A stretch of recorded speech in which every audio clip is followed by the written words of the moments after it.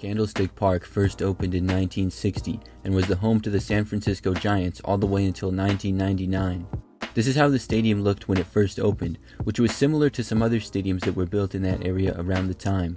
It looked a little bit like the Oakland Coliseum, Dodger Stadium, as well as Anaheim Stadium, because it had two decks around home plate, and then the stadium was much more open past the outfield.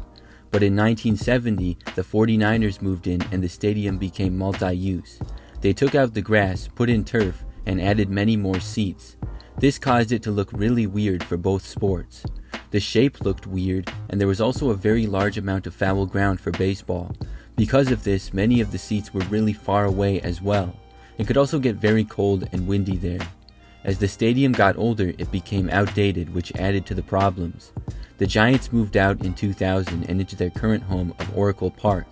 The 49ers played at Candlestick all the way until 2013, and it was demolished in 2015.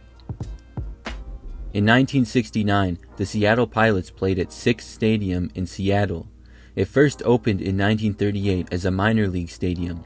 The capacity was just 11,000. When Seattle got a major league team with the Pilots in 1969, the capacity was raised to 18,000. But the stadium was not ready, so they had to desperately hurry to add seats for the season. It turned out to be a disaster. The first game in the stadium, some fans in outfield seats had to wait until the third inning for their seats to be ready because they were still being added in. Then they continued to add seats during the season, and it got as high as 25,000, which is still kind of low for MLB. And the fact that it was still under construction for adding seating during the season was not very nice. Overall, the stadium was not fit to be a big league stadium. It was a minor league field, but it also looked very strange as well. The right field seats went back much farther than left. It was real obvious that they had desperately tried to add seats wherever they could, and the stadium looked tacky. And because of the rush job of renovating it for MLB, the broadcast booths had obstructed views. Overall, it was a disaster.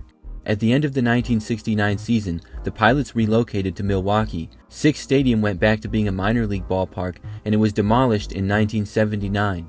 Today, it's a Lowe's home improvement store. For the next ballpark, we will stay in Seattle with the Kingdome. This is one of the first indoor MLB stadiums behind the Astrodome, and it opened in 1976. Most people hated it though. After it opened, it was home to both the Mariners and the Seahawks of the NFL. From the outside, I think the stadium looked cool, but many people thought it looked really ugly. Inside, it was artificial turf and no natural light at all, with a very round design that was common when it was built. There was a design flaw in the roof which caused problems over the years. The seats were also red, which was not part of the team colors for the Mariners or the Seahawks, and it looked kinda weird in my opinion.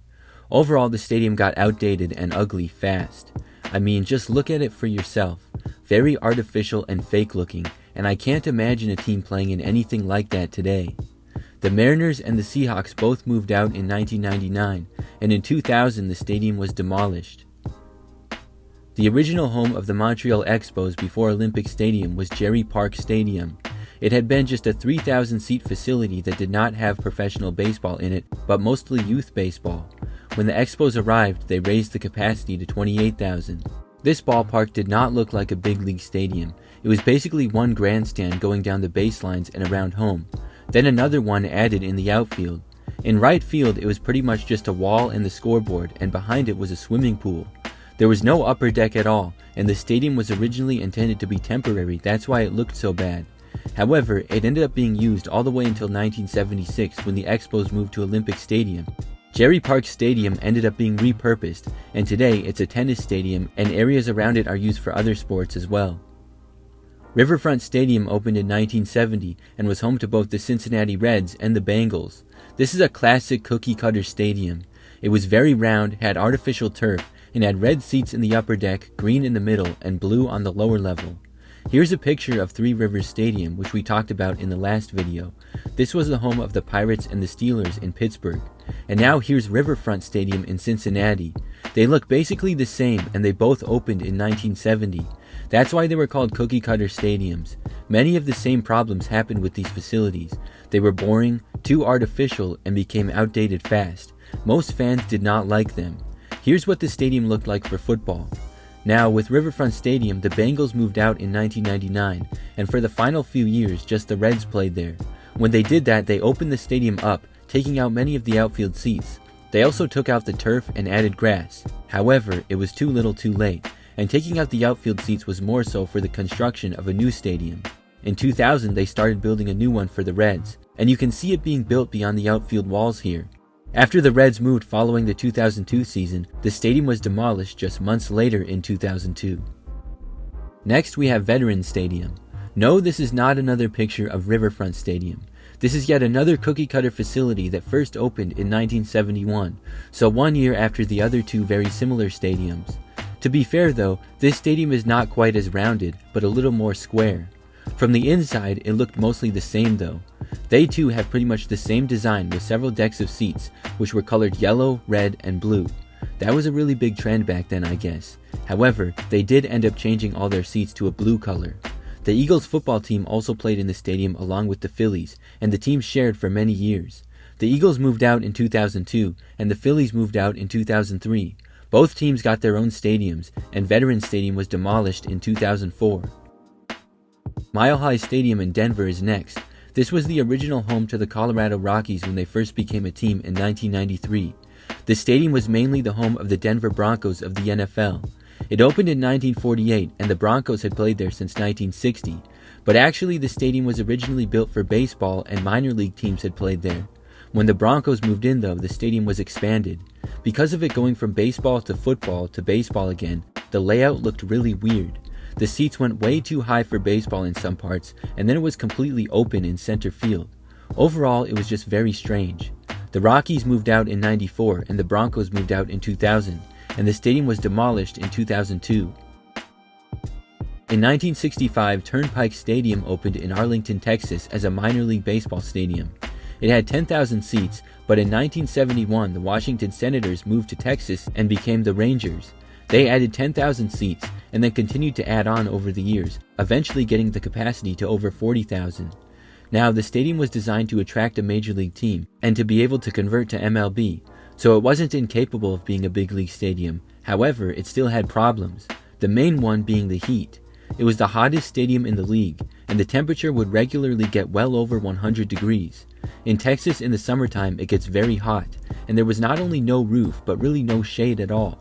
The lack of the upper deck caused no shade, but also made it still feel like a minor league stadium. The design other than that was kinda boring. It looked more like a bunch of seats set up around a field rather than an actual stadium. The Rangers played there until 1993, and the stadium was demolished in 1994. Finally, we have Qualcomm Stadium. This was located in San Diego, California, and was the home of the San Diego Padres for many years. The stadium was originally designed to be multi-purpose and first opened in 1967. The Chargers played there starting that season, and in 1968, the Padres, who were a AAA team at the time, played there. In '69, the minor league Padres were replaced with the new major league team, and they played there along with the Chargers. Qualcomm was somewhat cookie-cutter, but not as bad as some other ones. Personally, I think this stadium looked like it was much more of a football stadium than baseball. The most obvious thing is the scoreboard in right field where the seats stop. It had several levels of decks, but the ones in the outfield were added in the 90s, and it was open in the outfield before that. The first thing I remember about the stadium when it's mentioned is all the corkscrew ramps that it had, which was a fairly interesting feature. Like we've seen before, because it was a multi-purpose stadium, the seats for baseball were really far away. The Padres played there until 2003, and then they moved to Petco Park. The Chargers played there all the way until 2016. In 2020, the stadium was demolished.